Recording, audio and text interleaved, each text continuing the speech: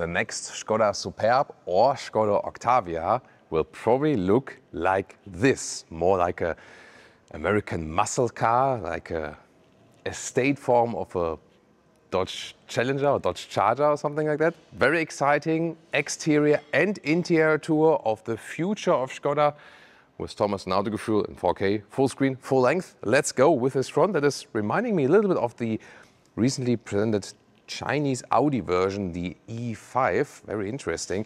But you can see there is a typical Skoda shape in the grille, in the outline, but they want to make it more modern with light integration right here. Supposed to be moving at a later stage as well. Illuminated Skoda lettering, not a Skoda badge.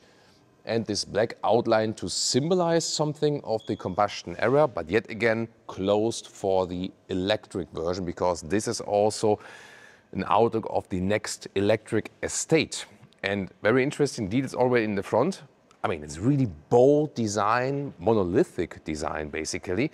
And then you can see here, these are some gaps where the air is coming out. So it comes in the front and it's coming out here and supposed to help, or, well, there are actually no wipers here for this concept, but this is here actually to blow air also over the windscreen. And this will help also when you are driving in rain. So it will blow the rain off the windshield. You will still have classic wipers, of course, so don't have to be afraid of that. Then here the length, this becomes very interesting, is 4.85 meters or 191 inches. That is between Octavia and Superb, but it's a little bit more towards the Superb. So my estimation is that when they move their combi, their estate to the electric age, it will somewhat merge Superb and Octavia. Also makes sense cost-wise, but that also means that the Octavia will be somewhat elevated, yet at the same time you see the bold design is kind of needed, that Superb customers are still satisfied and also symbolize some status with their vehicle. And you can see it here once again with this really bold design. Not many design lines, and you don't have like black accentuations. It's really more about the bodywork itself. 21-inch wheels here for this very vehicle. Of course, later on there will be different wheel sizes available. And the aerodynamics, once again, very important to have a good CD value for this electric estate. And I think it looks quite stunning, and it's not too far from reality. Sometimes we see concept vehicles that are very, very far from a serious production. They're maybe too drastic, too dramatic, but I think this vehicle here, both front and rear, but also from the side profile, works that it could be quite real. Here a lot of glass use. The whole car also reminds me of the recent BMW design, which also go in, you know, simple glass areas and then a lot of wide areas from the bodywork, not too many design lines and so on. So we see a simplification of the design language. Again, something we've recently also seen at Audi, that they go back to a more simple design language, which at the same time is more timeless. And here the lettering once again in a red illumination, pretty cool, with a modern light signature right here. And then we have this somewhat diffuser style. Once again, design elements taken from the combustion age, but transported into the electric age. Vision O, by the way, the O is for the circularity, because they use a lot of circular materials with this vehicle. For example, also that you plan a car, maybe like for a different lifespan and so on, but then later on, when the car will be recycled at some point, that you already plan the materials, both exterior and interior, that they can be recycled in an easier way later on, for example, using mono materials. And this is a very interesting aspect, going even further in the sustainability aspect of the vehicle. But I think the most aspect here for the exterior, the interior will come very soon, is that it looks really bold and striking from the exterior.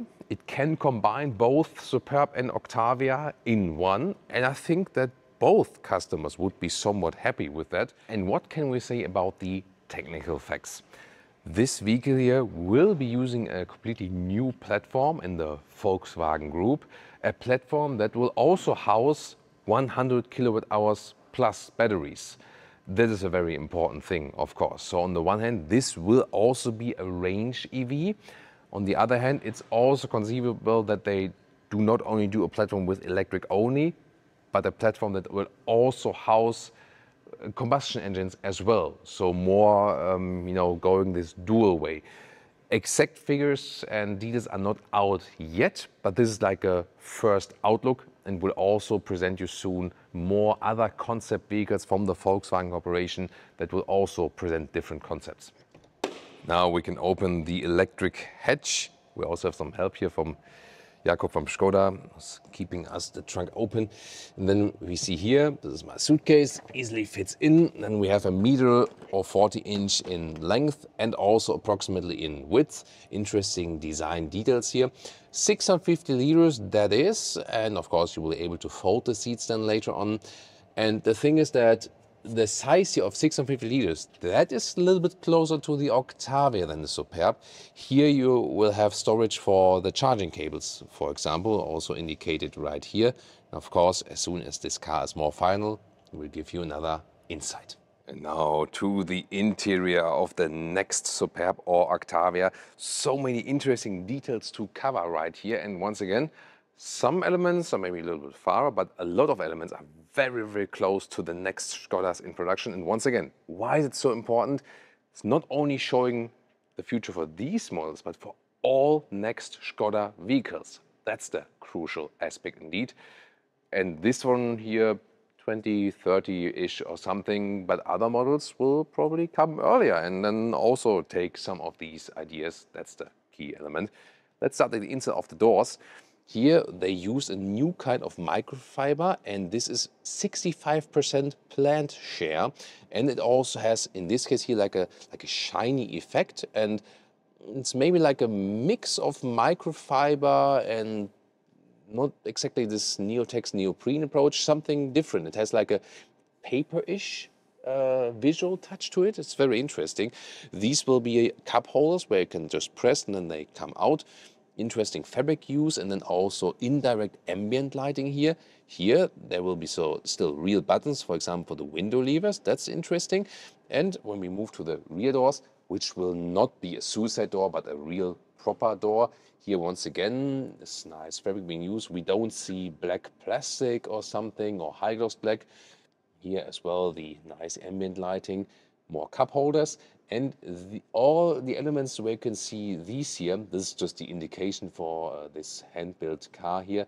This is where you can actually pull out things. There's also a concept that, hey, there's a light, and then you can pull it out and use it as a torch. And there will be more elements like here in the middle console. You can see here, there's like a speaker, like a Bluetooth speaker, and you will be able to just put this speaker out and then, nice. Maybe use it for a picnic session or something like that. It's pretty interesting. Oh, by the way, here also dual lamination for the windows, that it is also silent on the motorway at high speeds. Then this new steering wheel also has this new plant-based microfiber share. A very interesting shape, combining like a modern look, but at the same time not too complicated. And oh, real buttons with clicking sounds here on the steering wheel. That's cool. The return of real buttons for more and more brands. Once again, that's a cool thing. You can already see this panoramic windshield, the new BMW iX3 panoramic vision, and like the Chinese manufacturer, like Xiaomi, is using it. With BMW, it was like a monitor like this, and then it was reflecting into the windshield. In this case, it is a real monitor. We also saw it, for example, with the Neo ET9, the real monitor that goes through like over a meter or over 40 inches in width. Looks pretty impressive, definitely. We have to see about that later on. Also, be new seats, and a lot of the times concept cars have very uncomfortable seats, but this one, I can already tell you so far, is comfortable. It has a special fabric that has this open surface that it will be very airy to sit like from the ventilation, from the passive ventilation. Then on the side, once again, this plant-based microfiber share. And here, these are 3D printed head restraints, so to use less material at the same time. Looks like a spider net. It looks like a spider net, yes, indeed. We have to see about that later on, and of course also take a seat on the back seat. And the cockpit will also be very interesting with the infotainment system and so on. So there we go.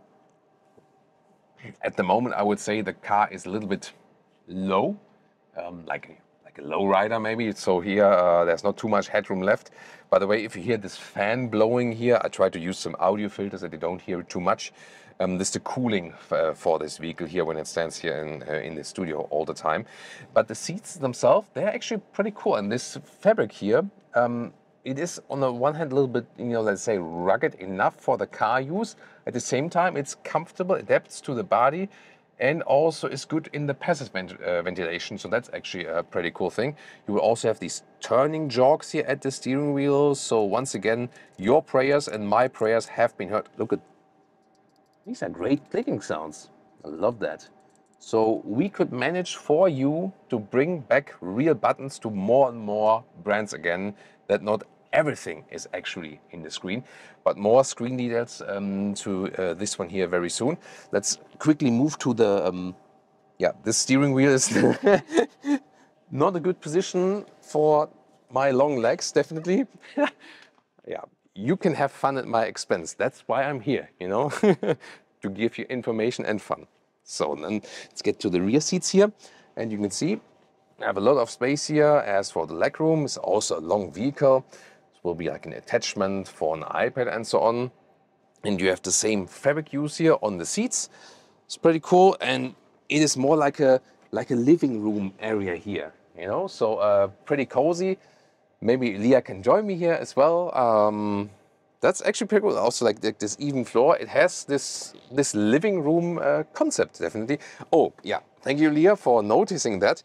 This, you cannot open it yet, but this will be a fridge. So Skoda is also planning for fridges in not witches and fridges, in the vehicle. And good placement, and you can have some cold drinks when you are on the journey and so on. And this is indeed really cozy here. But from here I can even take a better look at the cockpit perspective. So I would suggest that I take a front seat again and can go through all of the infotainment functions, and that maybe Leah comes here in the rear to get some filming on the cockpit perspective. So starting here, this is actually inductive charging pads, left and right, and you also have more functionality in the new Skoda app. Then some control elements right here. This will be for the climate unit, that you can also use the climate unit plus and minus temperature, and here for the fan speed. And then here, this is a control knob for the top panoramic windscreen, zoom more to that. And then the infotainment system here, very interesting concept. You can zoom out to this scale, then you can even see the weather, and then you can zoom in bit by bit. Here this navigation, then even closer with assistance systems view, even closer, then you can control something for the vehicle, even closer than you are with the interior functions. That's a very intuitive thought behind it, and you can zoom out again until you reach the weather. So it's a very cool thing, I feel. The temperature can be controlled also in the screen, so that would be possible, but yeah, I would definitely prefer this solution, and I'm glad that we have this solution then here still. And then about this knob here, you can see here this panoramic monitor in the front, and then I can actually use this scroll wheel to have baby cam. That doesn't look like Leah in the rear. So yeah, you can scroll different functions through there. There will be some animations for the range and so on. So interesting aspect, then you have more stuff in your line of sight. And Leah found out something cool. This is not only like for tablets or something, you can also use it with smartphones, and it's with a magnet that it holds the phone and also charges it at the same time, inductive charging. That's cool. So for the comments, I'm especially calling out the Octavia and the Superb customers. We have so many of them on our channel.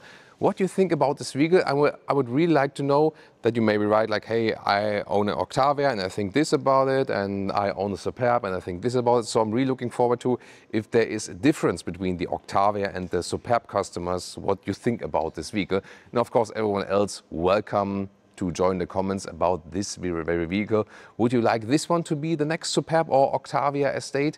And do you like this very bold design language for this segment? After all, the Combi, especially for example in Germany, is bought for the flexibility, for the family, for carrying things.